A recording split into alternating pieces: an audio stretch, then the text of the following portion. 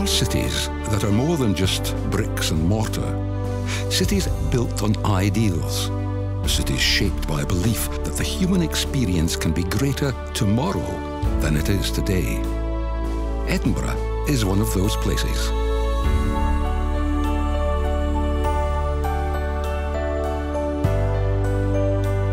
Graced with over 4,500 heritage-listed buildings, the Scottish capital is one of the world's most beautiful cities.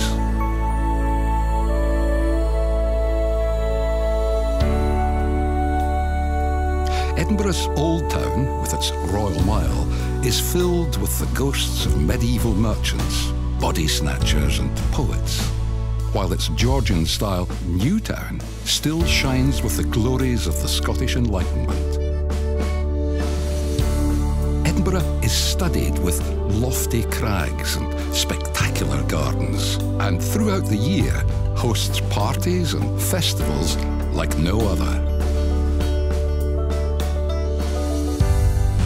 To see Edinburgh in all her glory, walk, ride, or even climb to Arthur's Seat, the highest of the city's 7 peaks.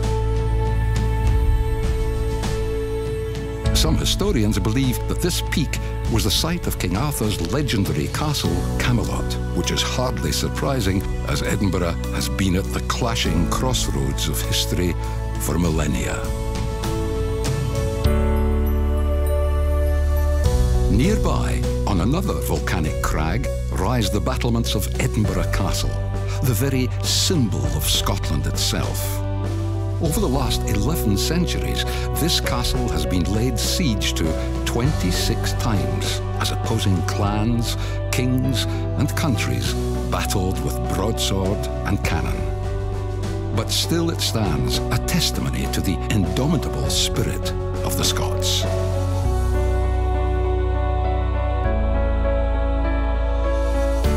Edinburgh has a special place in the hearts of today's monarchy. The last of a long line of royal yachts, Her Majesty's yacht Britannia sailed over 1 million miles before she was decommissioned in 1997. Today, she's permanently moored at Ocean Terminal, a symbol of the royal family's affection for Scotland and the people of Edinburgh. Edinburgh has been the jewel in the crown of chieftains and royals for centuries. But it's also a place where old-world chivalry continues today. Beneath the crown spire of St Giles Cathedral is Thistle Chapel, which honours the 16 living knights and ladies of Scotland's oldest order, as well as those who came before. It's not just the brave and chivalrous who are celebrated in Edinburgh. This is a city that has given the world some of its best-loved writers and stories. In Princes Street Gardens rises the world's largest monument to a writer, dedicated to Sir Walter Scott, who penned epics such as Ivanhoe and Rob Roy. Nearby, at the Writers' Museum, learn more about Scott and 2 more of Scotland's most cherished literary adventurers, Robert Burns and Robert Louis Stevenson. Edinburgh continues to cast their spell over contemporary writers too. J.K. Rowling wrote the first 2 of her Harry Potter series in cosy old town nooks, such as the Elephant House Cafe. But history and literature aside, perhaps the greatest gifts that Edinburgh has given humankind is in the field of knowledge, which once earned the city the title the Athens of the North. For over 4 centuries, the University of Edinburgh has given us intellectual giants such as Charles Darwin, David Hume, and Alexander Bell.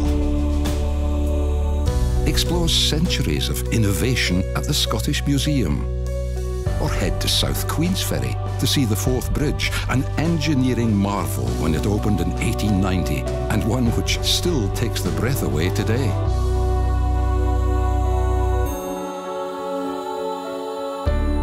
Knowledge and beauty go hand in hand at the Royal Botanic Gardens too. Established in 1670, this is one of the world's oldest and most important centres of botanical science. Yet it's a place which invites even the most harried heart to slow down and swoon.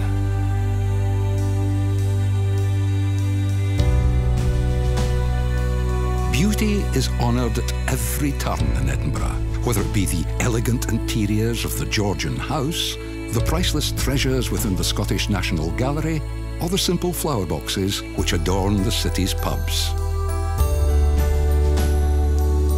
Edinburgh is a city that has given the world countless gifts, but perhaps her greatest is this.